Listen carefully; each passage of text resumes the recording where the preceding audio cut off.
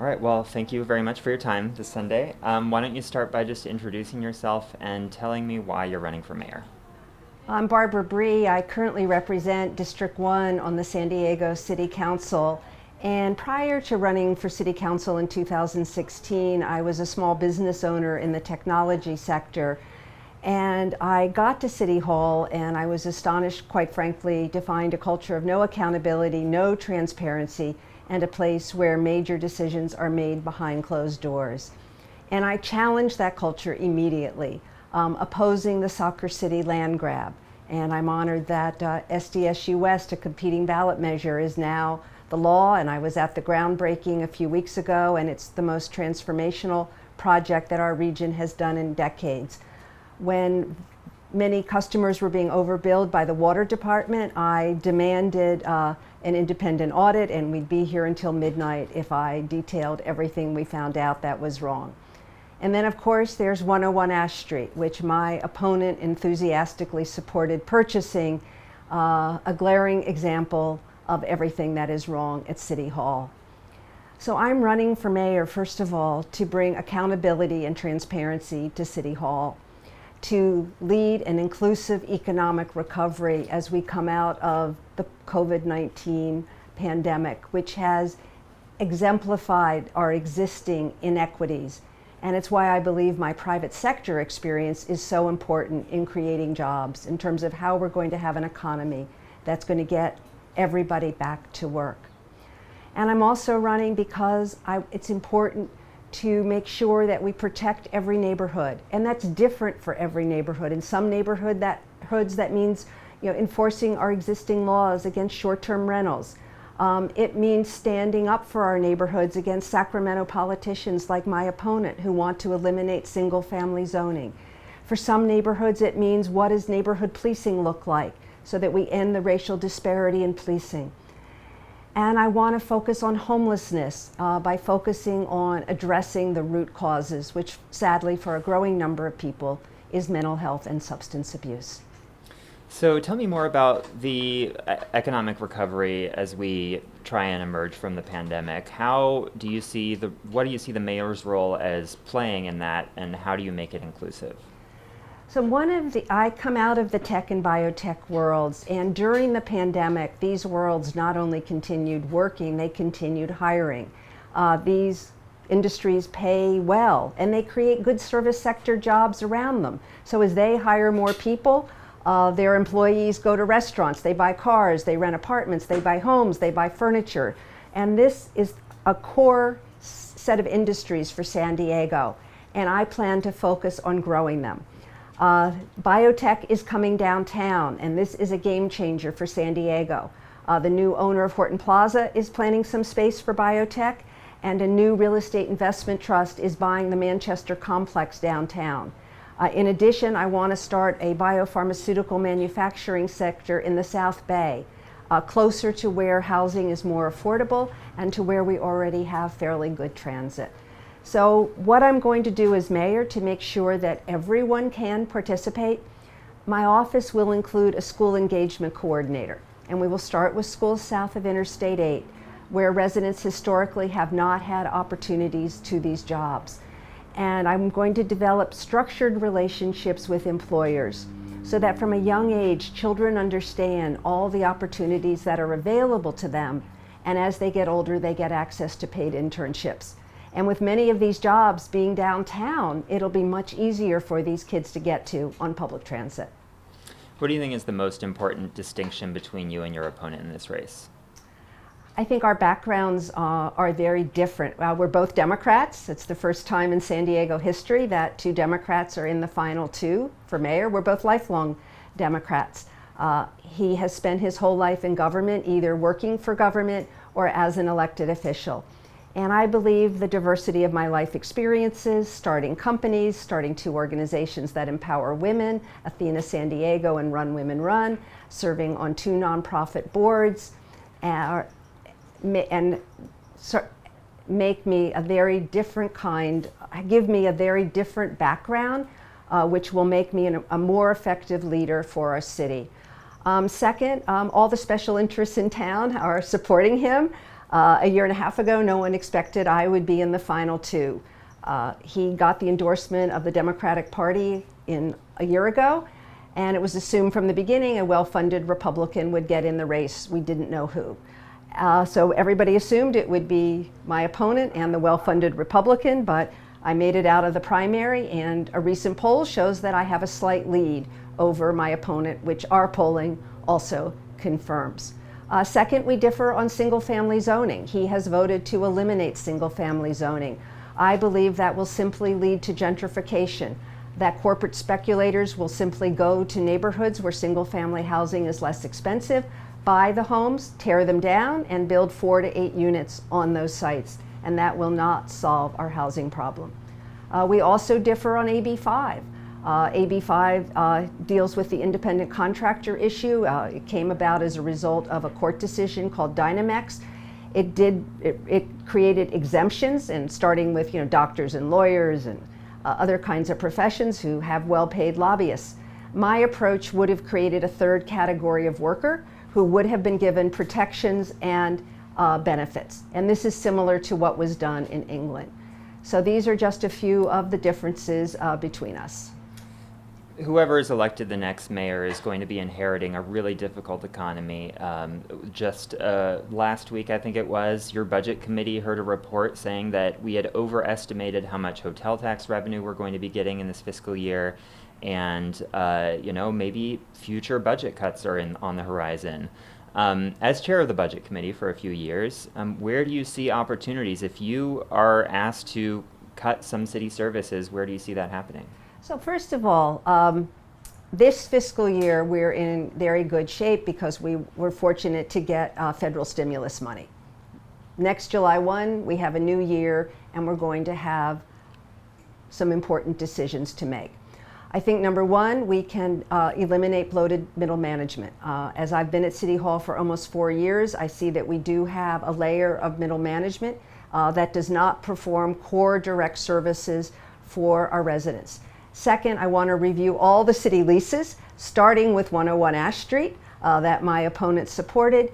During the pandemic, we have thousands of city employees working remotely very effectively. And I want the city to be a model for an effective remote workforce so that employers around the region will make sure to have employees who want to be able to continue to work remotely. And third, I think I will work with our employees, who will have good ideas on how we can operate more effectively and provide our residents with the service they deserve. And when you say eliminate middle management, does that mean layoffs of city employees? I think a lot of this can be accomplished through attrition. During the last recession, as I've looked at history, almost nobody was laid off. It was done through attrition. Looking back to June, there were at that budget hearing that lasted all day and on much of the night as well. There was call after call to the city council telling people that, or asking the council to cut the police budget.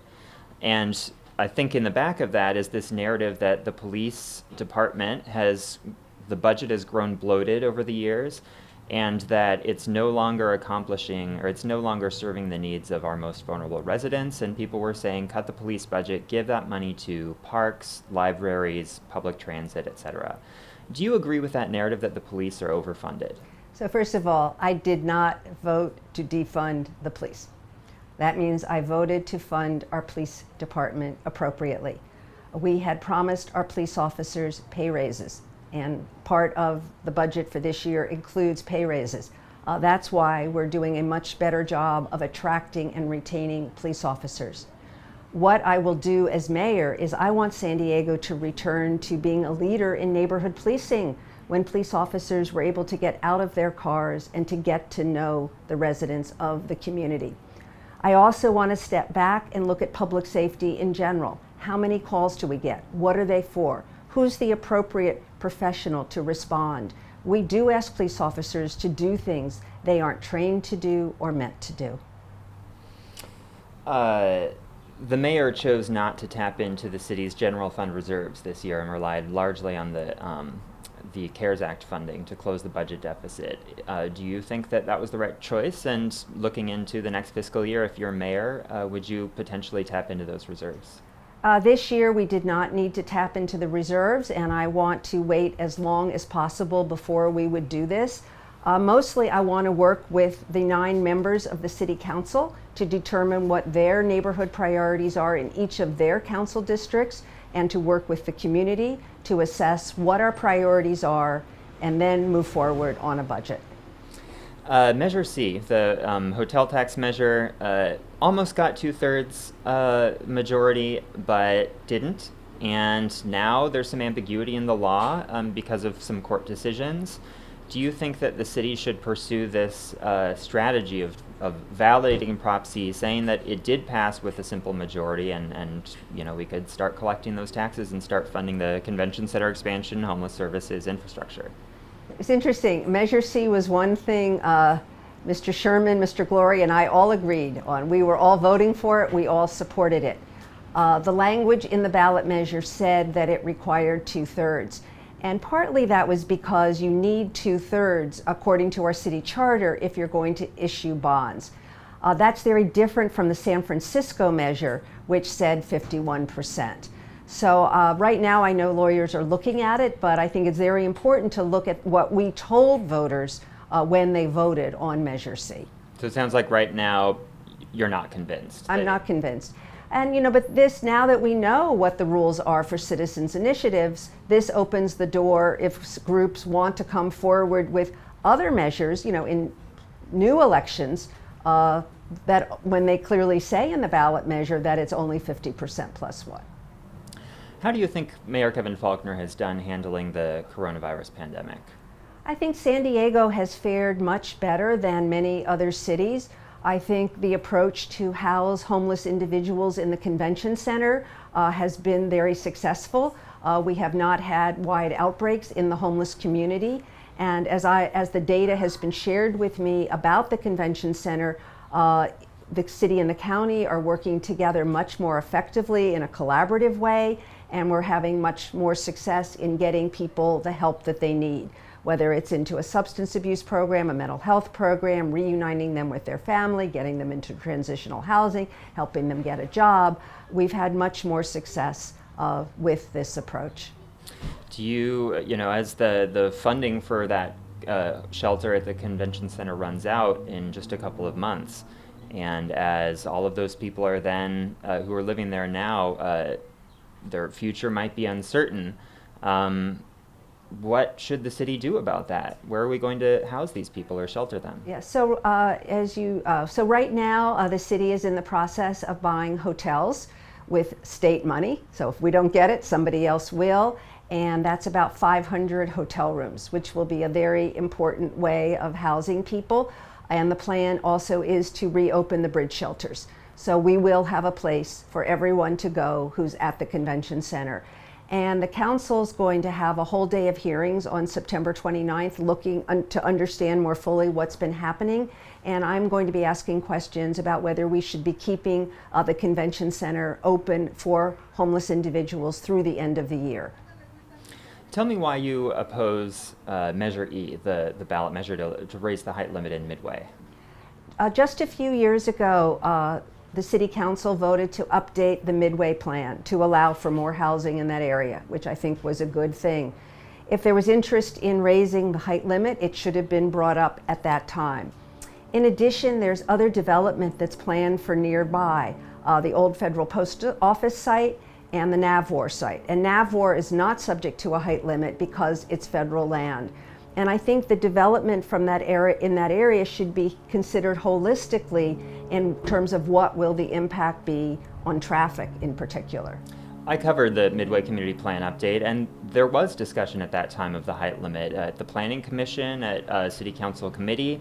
I think that at that time they just didn't think that it was, they couldn't get it done fast enough to place it on the 2018 ballot, and ever since then, now with a new council in place and everything, they think that this is the time. So Yeah, I want to actually read you a quote from Kathy Kenton, the chair of the community planning group from Midway Pacific Highway. You might have read this already, so it shouldn't be too much of a surprise. But one of the things she wrote was, and I'll say the community planning group unanimously supported Measure E. They think that it's really necessary to allow that neighborhood to develop with more open space, with a 30-foot height limit. You'll have a lot of buildings that are flat and wide, whereas if you can go taller, you can have more open space. So she wrote in part, "Why have you taken such a hard line against Midway, its residents, its businesses, and its property owners? We have been crying out for improvements and railing against the blight, crime, and utter decay in our community for far too long, and it's extremely disheartening that someone who may be our next mayor doesn't seem to care." What's your response to that? My response is that it should be considered holistically with the development that's going to take place on the Navwar site and the development of the old post office site. So what does that mean holistically? We have to understand what's going to happen in those two locations. Mm-hmm. But why not say, well, let's have the entire neighborhood, this is our chance, the voters don't get to weigh in on these things very often, let's change the rules for the whole neighborhood. Well, I'm voting no on it. On September 5th, there was a heat wave going on. You might remember this. In El Cajon, the temperatures reached 118 degrees. In Point Loma, the temperatures were about 90. And as we move into this future of climate change and these extreme heat events are more and more common, why should it be that in this neighborhood that's closer to the coast, that will probably be more hospitable to human life decades into the future, why do we have to say no to 4 stories? I'm going to repeat myself again. It should be done holistically, looking at what is going to happen on the old Federal Post Office site and the Navwar site. Let's talk about Navwar is not subject to the height limit. Let's talk about another measure on the ballot, Measure A, the affordable housing bond. Do you support that? I voted to put it on the ballot because I knew I was the swing vote, and I thought it was important that San Diego voters get a chance to weigh in. I haven't personally decided yet whether I'm going to vote for it. The day that the council voted to put it on the ballot, it was interesting to hear my colleagues, Monica Montgomery and Vivian Moreno, express concern over the financial impact it could have on their residents who are both homeowners and renters. I think that the crux of the argument in favor of Measure A is that revenue is one of the key missing pieces to help San Diego out of its affordable housing shortage. And we've done a lot to streamline development. We've done a lot to allow for denser housing in some neighborhoods, but we just don't have the money to fund it. The city's homelessness plan, which you supported, says we need about $2.1 billion in new funding in one-time capital costs, ongoing costs for services for permanent supportive housing, as well as the crisis response like shelter beds and things like that. $2.1 billion is a lot of money in a city that already has billions of dollars in unfunded needs. So with this opportunity to bring in $900 million to fund affordable housing, why should we not know your position on it right now? Because I haven't yet made up my mind, and so let me share with you a few things. I think you may have read some Los Angeles Times stories about what LA is spending to build so-called affordable housing, $530,000 per unit and up. That's not acceptable. And I met recently with a company that's doing what's called adaptive reuse. And this is part of my roadmap to recovery, is that there's going to be empty office buildings, a lot of empty commercial space because of the pandemic, much less expensive to turn these buildings into housing. So I met with a company that bought an older office building in Linda Vista, where for $90,000 a unit, all in, they are making studio apartments. And so I think there's things we can do that are more creative than thinking we just have to build new housing to provide, housing for homeless individuals or more affordable housing for working families. I'm also looking at a plan that's been used in other states where developers get they get a delay on paying property taxes on the units that are affordable units. And that is a way also of incentivizing more development without raising property taxes. And Andrew, when we raise property taxes, somebody pays. I mean, homeowners pay, renters pay, it's all passed on. So we're in the middle of a pandemic. What I might have done 6 months ago, different than why I'm still thinking today, because we still have many San Diegans out of work. And this could be a very challenging time to raise taxes. The next mayor will have a big say over what happens at Sandag. They're in the process of putting together a regional transportation plan. And I want to read you a quote that I think this is from the UT article. You said that you thought the current vision for this plan is hopelessly out of date and fails to embrace the emerging technological revolution that can actually deliver on the promise of clean air, confronting climate change while reducing traffic congestion without destroying our neighborhoods. Can you tell me what you mean by that technological revolution that you see coming? The technological revolution is autonomous cars and smart highways. So if you want to see the future, you can visit UCSD, where they are testing autonomous vehicles, and they're electric and they're small. And when you have smart highways, they can be very close together. And the Voight trolley station at UCSD, which is between Scripps Hospital and UCSD, is being designed so that autonomous vehicles can pull up in front.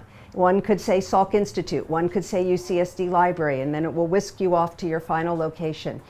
I think things like this are the future. I think plans to drill underground in San Diego in a community where the topography is very challenging. This is not a flat city. This is a city of canyons and mountains and hills, very geographically challenged for what the current head of Sandag would like to do. Part of my other plan focuses, remember, on a remote workforce, that more people will be working remotely. That will help us in meeting our climate action plan goals and reduce congestion. And then another key part of my plan is locating good jobs closer to where people live and where we already have good transit. So let's work on solving first mile and last mile issues on the transit that we have. I've been working with MTS, Sandag, and major employers in the UTC area on what we're going to do once the Blue Line is done, which connects downtown to the UTC area, and it will be done by the end of 2021 on one of our most congested corridors. And let's work on things like that are already paid for, going to happen on a congested route, and let's make it work. So the plan, the 5 big moves that Hassan Ekrada has, it contemplates this operating system that's tracking the data of traffic flow and adjusting things in real time. It contemplates working from home. It contemplates autonomous vehicles to some extent. How do you see all of those things in that plan and say it's not embracing technology? Well, I think the plan to drill under our neighborhoods to build all of this fixed transit is ridiculous. I'm getting the signal that we need to start wrapping up. So I wanted to ask you about 101 Ash Street. We haven't talked about it too much. And I want to ask you specifically about this NBC story that was retracted. Somebody, we don't know who, of course, forged a document, gave that to reporters, and lied about its authenticity. And that forged document basically implicates your opponent in this race, and it's based on lies, and NBC has retracted the story and acknowledged that it should never have run in the first place. Now, setting aside the debate about 101 Ash Street and what the city should be doing with the building now, and whether or not Mr. Gloria had enough information at that time to make the right choice, does it bother you that someone out there is willing to go to such great lengths 2 months before an election to try and play dirty politics? So I know nothing about who leaked the story. I'd never seen those documents until I read them in the NBC7 story. I think what's most important for voters to know, they can learn from watching the public testimony. That story is actually irrelevant to my opponent's role in 101 Ash. All you have to do is go back and watch the public testimony in the fall of 2016. And it's clear from what we know now that MEA, the labor unions, were behind wanting the purchase of this building. I read a La Prensa story that said, Mayor Faulkner really didn't want to buy the building. He didn't want to do anything involving Doug Manchester, who'd been one of his major supporters. It made him very, very uncomfortable. But MEA wanted the building. You can read Mike Zucchette's commentary in the Union Tribune. He wanted the building. And they had to get the deal done when my opponent was still on the council and he was leaving. And my opponent supported a transaction that paid over market value and did a complicated lease purchase that indemnified the seller from all liability. And this is unacceptable for the taxpayers. But I think it's also important for voters to know that there is a way out of this. There are many, many interested parties. More of their names are being disclosed every day. And I believe there is a way to get all of these interested parties into a room and reach a resolution that is fair to the taxpayers. No, I understand you don't know who forged that document, who gave it to NBC, but somebody did, and NBC is acknowledging somebody did this to us and lied to us. And it just seems like, something that if the tables were turned, if someone had done that against you, you would feel very much like Mr. Gloria does. So this document really didn't relate to him. It really related to the city attorney's role. No, it absolutely related to him. Well, he's trying to muddy the waters. This document is irrelevant to his role in 101 Ash. You used it in Facebook ads against him. I used the article. But this was only a small part of the article. And do not need in the primary, we ran TV ads about his role in 101 Ash. There was no NBC story at that time. His role in this transaction is clear. Mm-hmm. I'm not saying that there's no... I'm really sorry. I do have to get Barbara to her next appointment. Okay. All right. Well, then I'll just ask you, is there anything else that you'd like to add? No. Okay. All right. Well, thank you very much for your time. Thank you. Appreciate it. Thank you.